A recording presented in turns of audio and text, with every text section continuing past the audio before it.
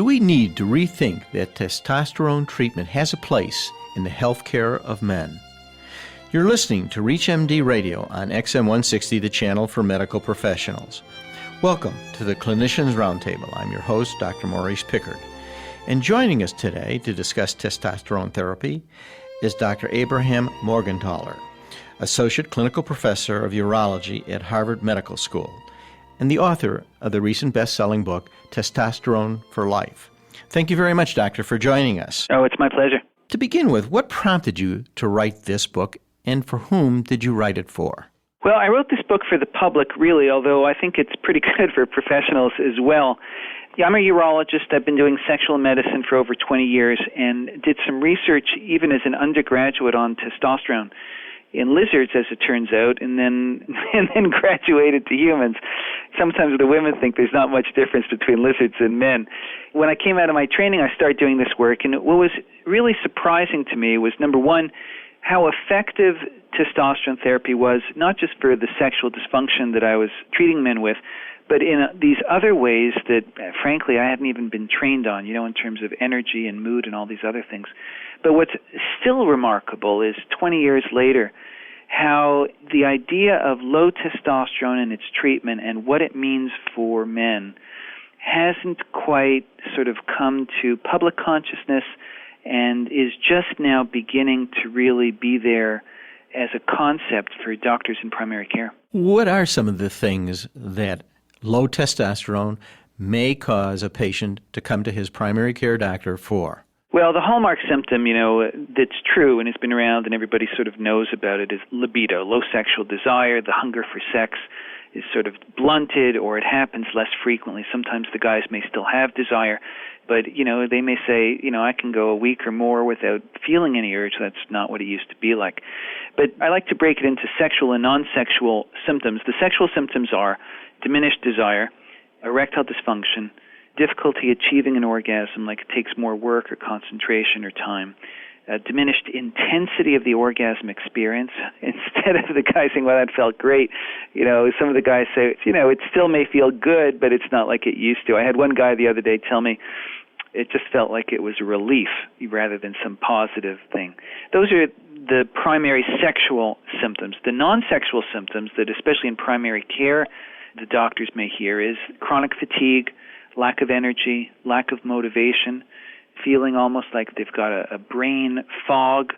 Some of the guys describe it as if every day they're walking through mud. There's just sort of that extra effort to get anything done, falling asleep after meals. And then something that's sort of more recent is, we're on an exercise kick in this country. Maybe we need more and more of it. But there are a lot of guys who go to the gym. They know how much weight they can move and how they progress. And the guys say, I haven't been able to make my usual progression. Those are the primary symptoms. The other one that's really interesting now is this overlap around mood. So a lot of the men with low testosterone, turns out, may not be out and out, depressed, but they feel flat, they feel blah, they feel gray. And then an interesting thing is sometimes if the wives or the girlfriends are there, I'll ask the guys, do you feel cranky or irritable these days? And often the guys will say, no, I think I'm okay. And the women are nodding their head like, yes, he really does have a shorter fuse. But the guys may not be aware of it, but the people around them may. In my practice, men were very reticent to complain about anything. They very often put their best foot forward with their doctor. Everything is great. And I would back into this diagnosis when I took their height, and they were getting shorter. My practice was in internal medicine, and as I aged, so did my practice. And so this was one of the things that, why are they getting shorter? And then you began to look for osteoporosis, and you would back into the low testosterone problem just by taking somebody's height. Is this something that certainly is an issue, and I think probably underdiagnosed in the male population? Well, that's a really interesting story. And of course makes sense, I don't think most guys are aware of it. We're all used to sort of getting measured and stuff as we go through high school or go see the pediatrician as we're getting older. Once guys reach their, mid-adult years, it's unusual for them to get their height taken anywhere, even in many medical practices. I mean, good for you for doing it. But of course it goes along with it. There's a screening questionnaire for testosterone deficiency, or its other name, hypogonadism, which is called the ADAM, ADAM, for androgen deficiency of the aging male. And one of the questions is about, have you lost height?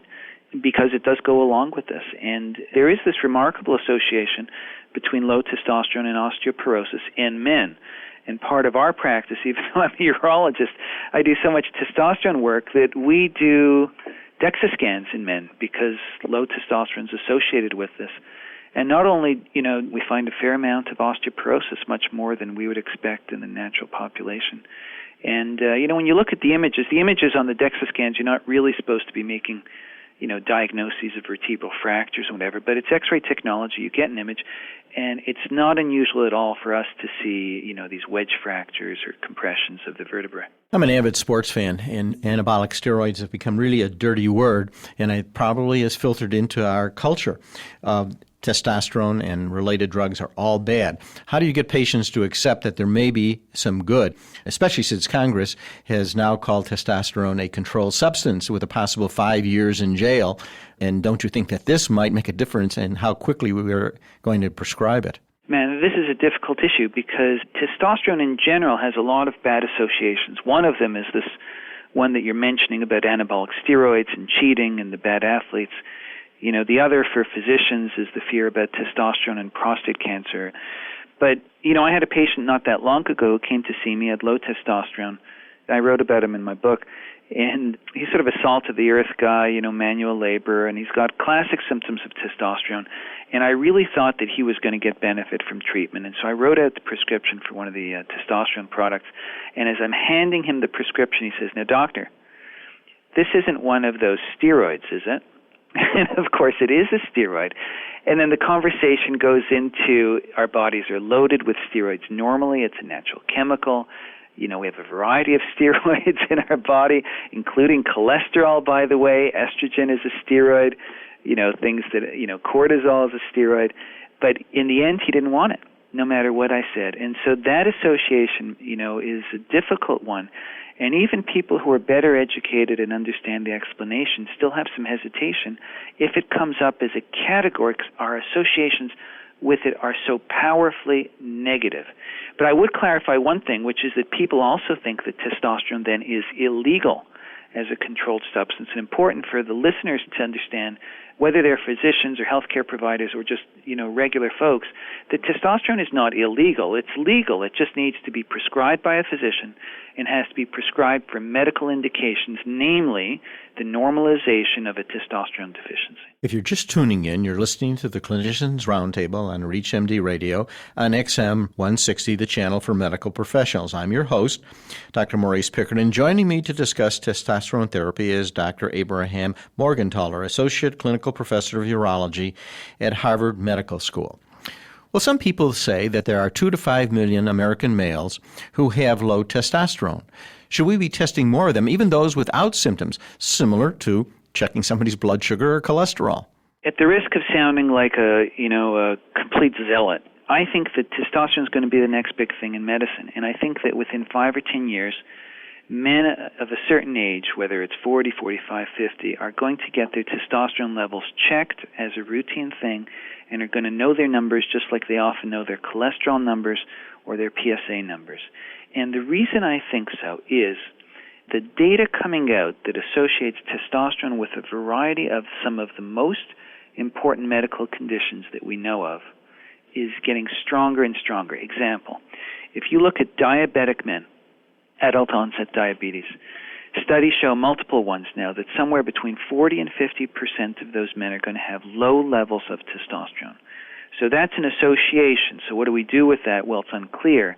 But even more interesting with the diabetes story is that if you take men without diabetes, without the metabolic syndrome, and you follow them longitudinally, and there are several studies like this now, men who are in the lowest quartile of testosterone, without symptoms, just based only on their blood tests, have double the risk of developing diabetes and or the metabolic syndrome an average of 11 years down the road. Double the risk compared to men with higher testosterone levels.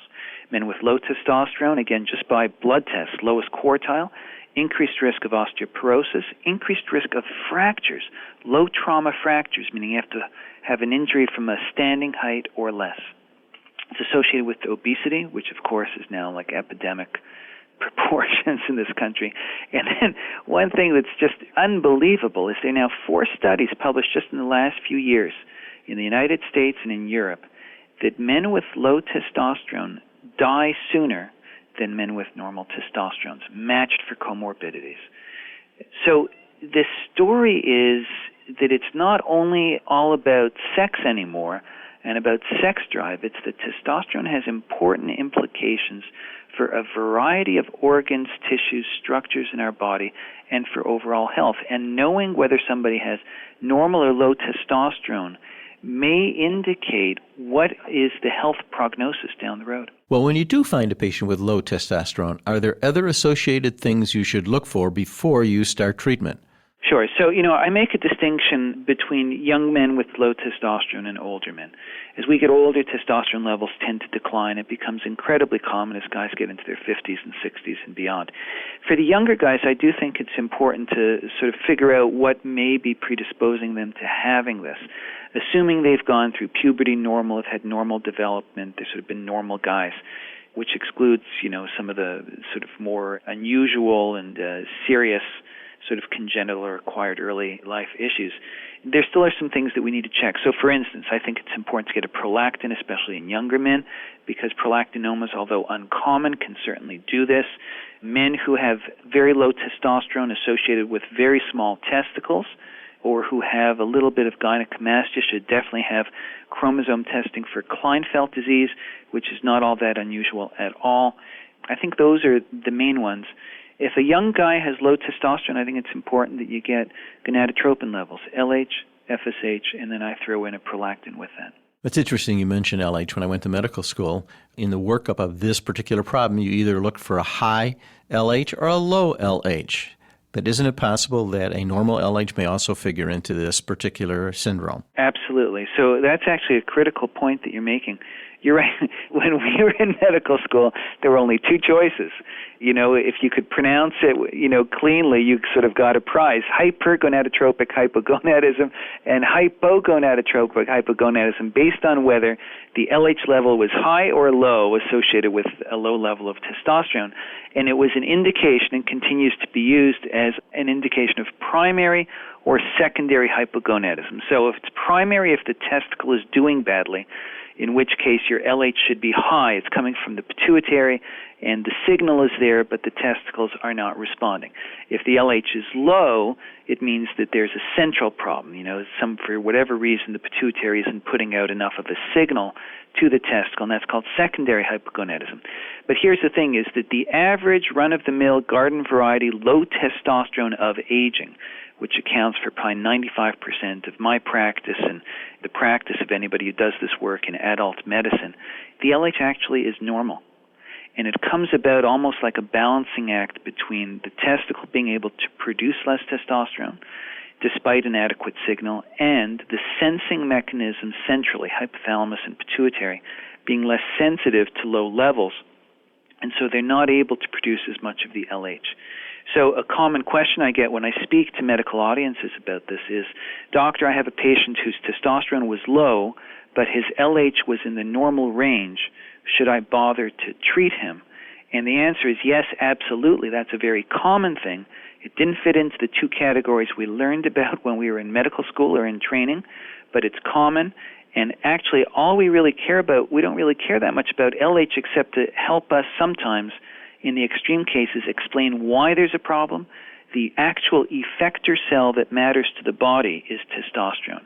If it's low for whatever reason, and if the guy has symptoms, there's a good chance he's going to see symptomatic benefit if we treat the low testosterone. Well, we've certainly been talking about a new approach to something that we shied away from medical school and later on in our residencies, and that is the use of testosterone in our male patients. It appears that a whole new area is opening up for the use of this drug. And I'd like to thank our guest from Harvard Medical School, Dr. Abraham Morgentaler, who has been discussing low testosterone and testosterone therapy. He has also written the best-selling book, Testosterone for Life. Thank you very much for joining us. Great to be with you. And I'm Dr. Maurice Pickard, and you've been listening to the Clinicians Roundtable from ReachMD Radio on XM 160, the channel for medical professionals. ReachMD, online, on demand, and on air, please visit us at reachmd.com, and thank you for listening.